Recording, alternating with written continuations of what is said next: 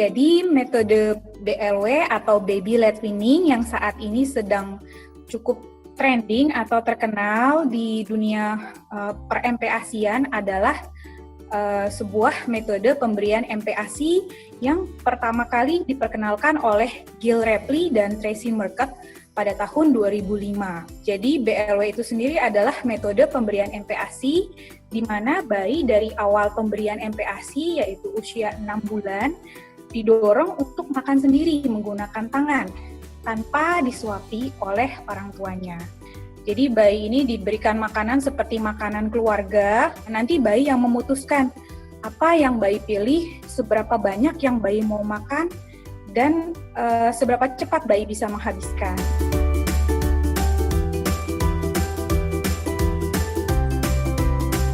Kalau dari sisi sistem pencernaan, antara pemberian makan yang tradisional atau disuapi atau kita sebut spoon feeding tidak berbeda dengan pemberian baby led weaning. Jadi diharapkan memang pada usia 6 bulan ini sistem pencernaan bayi, enzimnya, dan lain-lain sudah siap. Namun memang untuk metode BLW ini terkendala pada kemampuan oromotor bayi untuk mengunyah makanan bentuk padat dan kemampuan lain bayinya usia 6 bulan. Jadi kebanyakan bayi 6 bulan ini belum bisa duduk mapan, duduk sendiri, masih sebagian besar perlu ditopang atau dibantu duduknya. Kebanyakan bayi-bayi yang diberikan BLW biasanya belum dapat menghabiskan makanannya dalam jumlah yang cukup. Sedangkan dari WHO dan IDAI, syarat pemberian MPASI salah satunya adalah adekuat, artinya cukup jumlahnya. Karena mengingat pada usia 6 bulan, bayi-bayi ini sudah tidak cukup lagi dengan ASI. Jadi ASI ini hanya mencukupi 70% kebutuhan nutrisi bayi. Sedangkan 30%-nya harus didapatkan dari MPASI. Terutama selain energinya yang berkurang adalah kebutuhan bayi akan zat besi yang meningkat usia 6 bulan dan sudah tidak tercukupi lagi dengan pemberian ASI saja. Oleh karena itu, sudah banyak penelitian bahwa metode BLW ini mengalami anemia karena kekurangan zat besi. Gitu. Jadi memang sebenarnya belum istilahnya mungkin nggak semua anak BLW itu pasti akan kekurangan zat besi.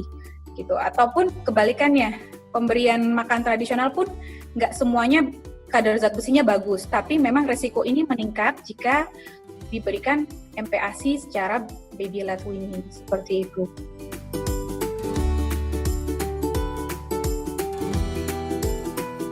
Moms yang ingin mempertimbangkan pemberian BLW pada anaknya, satu yang pertama, BLW ini bisa dilakukan untuk bayi yang cukup bulan.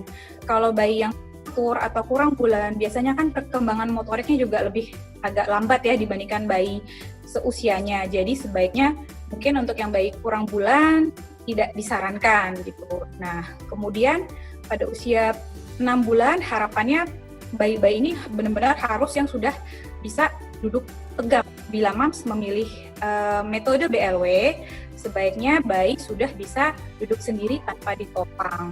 Gitu. Kemudian yang perlu diperhatikan adalah pemberian variasi makanannya gitu. Jadi memang walaupun BLW jangan hanya misalnya dikukus-kukus saja, tapi ya mungkin bisa makanannya divariasikan.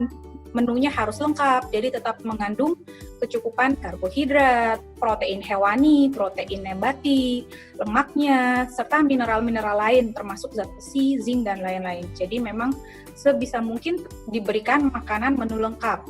Namun mungkin memang bentuknya bisa disesuaikan.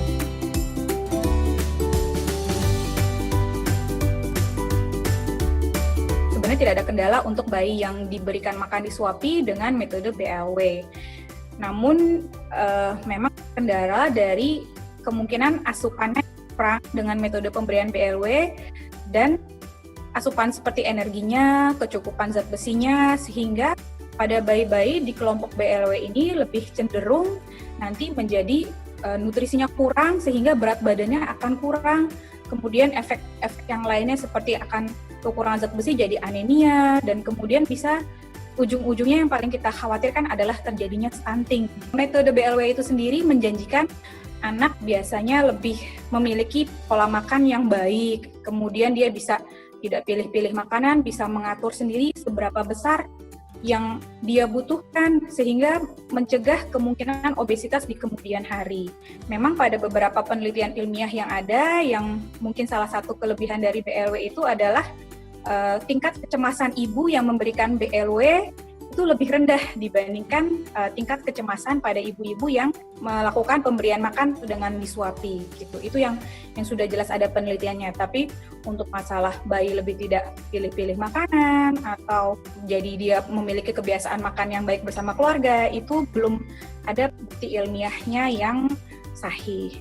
Jadi kadang-kadang yang disebut BLW itu sebenarnya finger food, jadi makan menggunakan tangan. Kalau metode pemberian MPASI yang biasa atau yang disarankan WHO atau responsive feeding, kita pun juga tidak ada memaksa. Jadi kan khawatirnya ibu, kalau disuapin bayinya jadi terpaksa makannya. Tidak seperti itu. Jadi memang pun pemberian makan responsive feeding tetap memberikan makanan dengan pelan-pelan, penuh kasih dan tanpa paksaan. Namun juga diberikan metode seperti BLW yang menggunakan tangan, finger food, disarankan memang dari usia 8 bulan. Ketika kemampuan oromotor bayinya sudah baik, mengunyahnya, kemampuan menggenggam bayi sudah baik, maka BLW dan spoon feeding ini kita sudah ada yang disebut dengan BLIS. Tadi baby-led introduction to solid food gitu. Jadi dari awal 6 bulan, selain bayinya diberi makanan seperti BLW, namun dengan variasi yang dengan menu yang lebih lengkap, bayi juga diberi kesempatan juga untuk disuapi untuk memenuhi kecukupan nutrisinya.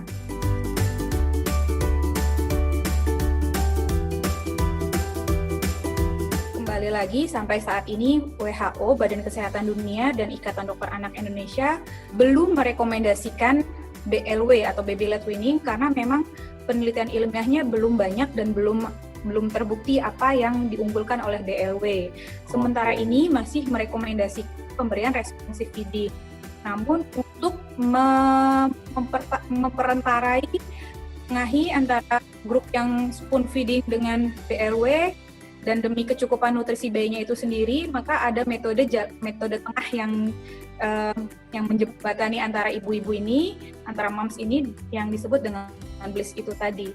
Namun secara umum WHO dan IDAI masih merekomendasikan pemberian makan dengan responsive feeding. Begitu. Ya, benefitnya sebenarnya kalau menurut buku yang dikeluarkan oleh Gil Rapley-nya yang tahun 2005 itu yang memang sebagai pelopor dari BLW, dengan metode BLW itu sendiri tadi kan makannya membuat si anak ini makan menjadi sesuatu yang menyenangkan. Anak belajar memilih sendiri mana tekstur makanan yang padat atau yang mana yang dia sukai gitu. Jadi menjadi anak yang tidak picky eater dan ibunya juga lebih happy, tidak mudah cemas gitu. Dan dia menjadi sesi makan itu menjadi sesuatu yang menyenangkan untuk si anak, seperti itu.